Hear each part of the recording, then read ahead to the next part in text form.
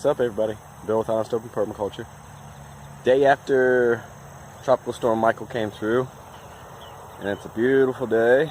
I'm gonna do a little pan around. I'm kind of standing in the shade of a tree right now. It's a beautiful, sunny, blue sky day. Hardly a cloud in the sky. Just one of those, just a couple of those really high, thin clouds. I'll do a follow-up video from yesterday after all the flood, and I'll take you guys on the pretty much the same walk I went on yesterday. I am right here with the chickens. That was our first stop to check on them, to make sure these little chicken tractors can get blown around, and if they're sitting up against the edge, they can get blown and the chicken can get trapped. I've had it happen before in big windstorms where one of these gets kind of picked up and lands on a chicken, messes their leg up, and we got to baby them for a while. But everyone came out good. I think because so much rain that we got, the rain sat on top of the coop and really weighed it down. There's probably a good 50, 75 pounds of water sitting on top of it.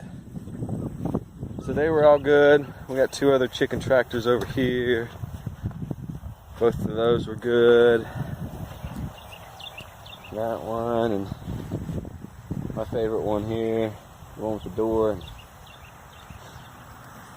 That one's good. I had to stake that one down, that PVC one with the big girls in it. Got some T-posts in the corner so it wouldn't blow away. It would definitely blow away. Every time there's some wind coming, I got to make sure those PVC ones are definitely fastened down. Because if they're not, it will end up in the neighbor's yard. So yesterday after my walk out here, I went back up to the house and the power was out. And that's when I had to bust out the generator and get it going. It's still running right now. We still don't have power. But it's a good thing we have that generator, or the pork in the freezers would really start to be thawing out. We're coming up on the duck pond. There's no river. Turn it around. There's no river going across the path like there was yesterday. The ducks are chilling in their pond. It's gone down. They like them a nice, full, fresh pond. They probably can't be happier about that. Fresh water, full.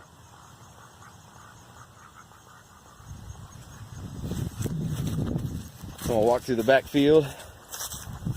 Some of the garden areas. This is an area over here, a pond I started digging by hand. Haven't shown y'all that yet. There's 4 holes in there that go about 4 feet deep. And I'm going to keep digging them deeper and then connect them and see how deep I got to go for it to hold water. It's holding water pretty good right now. But we just got a crap ton of rain yesterday. This was probably about the point I had to shut my phone off. It was raining so hard on it.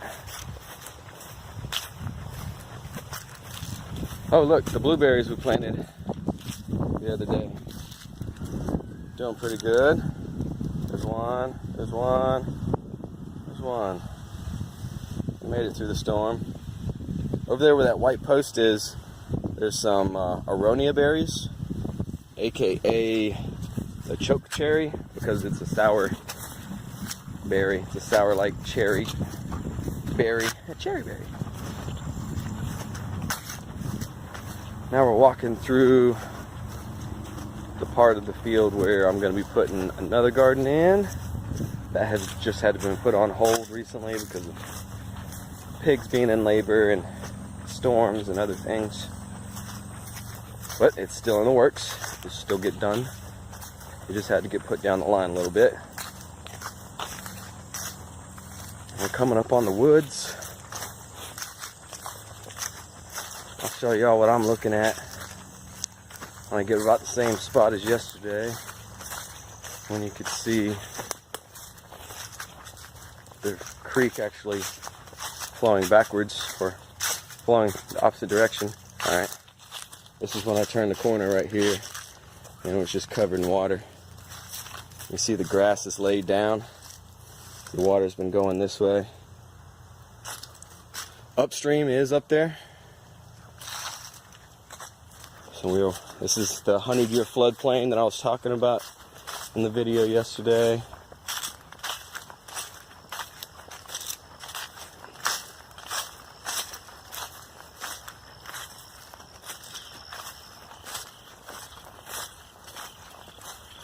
It's pretty slippery back here.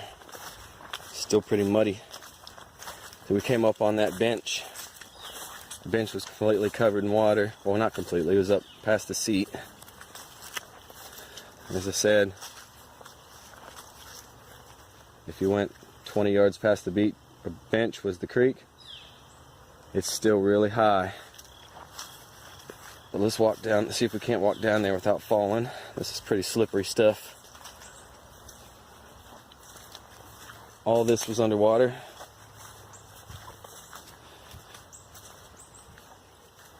Man, it was a lot deeper than I thought.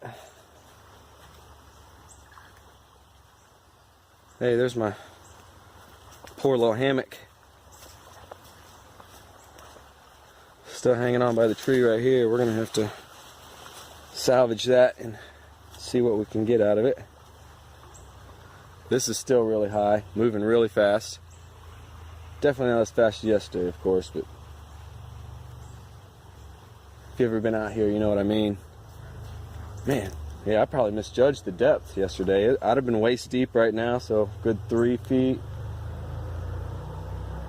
That's another 6 foot drop and 2 foot. Man, it was 3, 6, that's 9 plus 2 is 11, probably 11, 12 feet high. Holy crap. And it was just really starting to rise then too, because the neighbor's back field wasn't flooded at the time when I came down here, and we could tell from the videos that the water was flowing out of the creek area into the woods, and it started filling up my woods and ran over to his back field.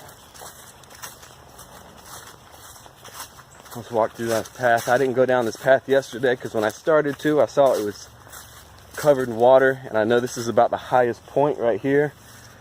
I didn't want to go any further and then have a flash come through and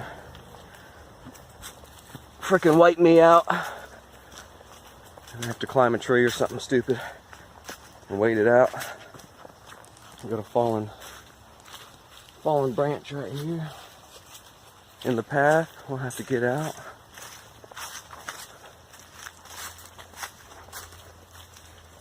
There's all kinds of little tracks. I don't know if y'all can see them. I'm gonna get down real close. Looks like some sort of rodent tracks. Probably squirrel, if I think about it. In the mud.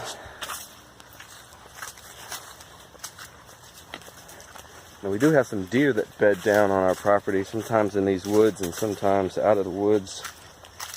Oh, we got bigger tracks, raccoon tracks probably now. See if we can get on those. Kind of look like right here. There's two. There's two more. And we got deer track right here. Deer track. And some little rodent or a squirrel or something like that right here. Some more deer track right over here. Yeah, that's good to remember. Easy to track right after a flood.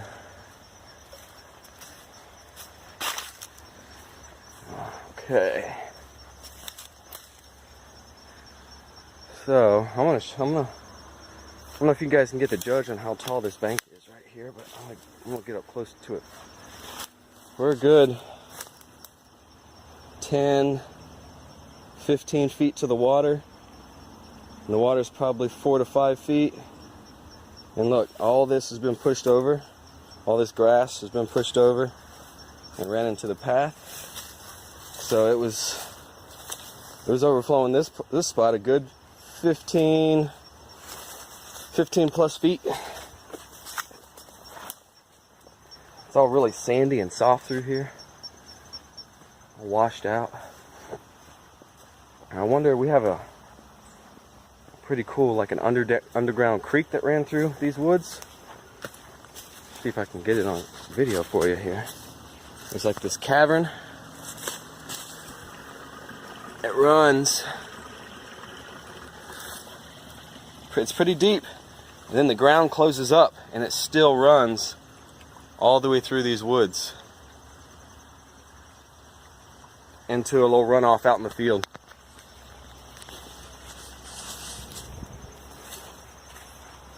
That's pretty cool.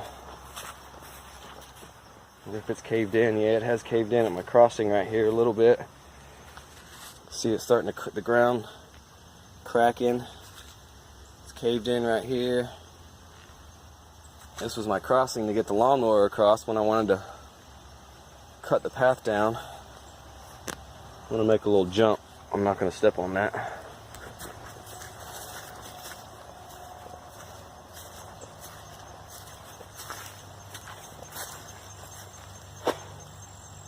Sorry, trying not to do that anymore. My wife got on me last time for spitting on camera. Apologies. I don't know if you can see it, but it's supposed to be a fence right there on the other side of those trees. That is flat. The water flowing from behind us going this way took out that fence, flattened it out. He's got two ponds back there, one just probably about 4 or 5 feet on the other side of that fence, and then one 20-30 yards away from that pond, uphill just a little bit. They're completely flooded. That's what really helped the flooding, or I shouldn't say helped, really made his backfield flood out, was when he doesn't, those ponds fill up, they're just going to overflow into his backfield also. Oh man, we're walking through, I'm going to walk through some stuff now. Still pretty wet back here.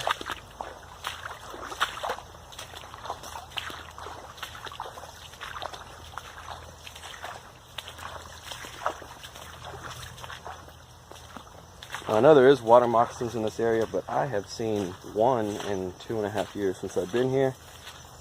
We have a good amount of black snakes. I think that helps out. Some people say black snakes can become dominant, especially with the sizes we have out here. They're good 6 foot long, big black snakes. They can become dominant and take over an area. So I'm fine with the black snakes as long as they're, until they get in my eggs. They don't have a problem with the chickens unless they're really small. I have had one try to get a guinea once when I had guineas. The snake was just too small though. He couldn't swallow the guinea. So I got the guinea by the head and tried to swallow him and got him halfway down and had to spit him out. Guinea just died from suffocation. Alright. That's it, y'all. A little update from yesterday. Go back up here, and I got to work again tonight. Get ready for work. Pigs have already been fed. Time to get on the grind. Alright, y'all. Later. Let there be light. That means we have power. It's been a little over 24 hours. It's a good thing we had the generator. Or else a lot of our pork would have got not completely de-thawed, but it's not good to de-thaw and then freeze it back. So everything's good to go. Got power back on. Generator's off. All of the freezers are unplugged. Plugged back into the wall. Got all the cords wrapped back up. Time to go back to the job. Figured this is a fitting shirt for today. The rain is coming is what it says. That's what it's saying, that when I was a GM, our vice president used to say the rain is coming. So whenever it rained outside, we got busy at Papa John's, so the rain is coming, the money's coming. Yeah, I thought it was fitting for today. Alright, we're all good to go. Business as usual. Later, y'all.